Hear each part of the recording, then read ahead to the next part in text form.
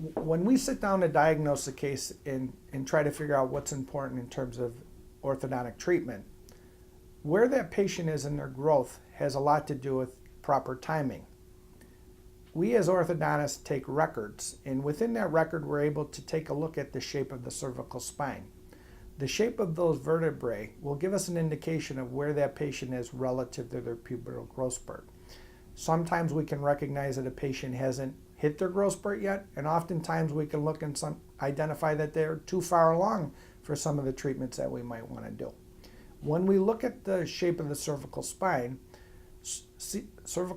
2 will show a depression at the initiation of the pubertal growth spurt. As the patient starts to accelerate in their growth, cervical spine 3 and 4 will begin to show a depression as well.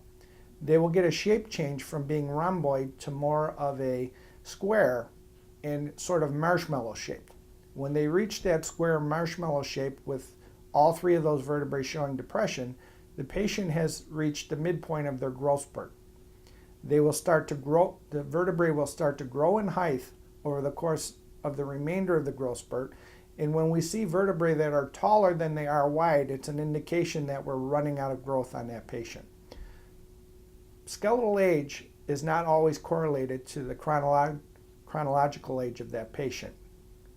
Therefore, it is important to take a look at these factors to help us to identify, because many times a young patient may be late in growth and an old patient may still have quite a bit of growth remaining.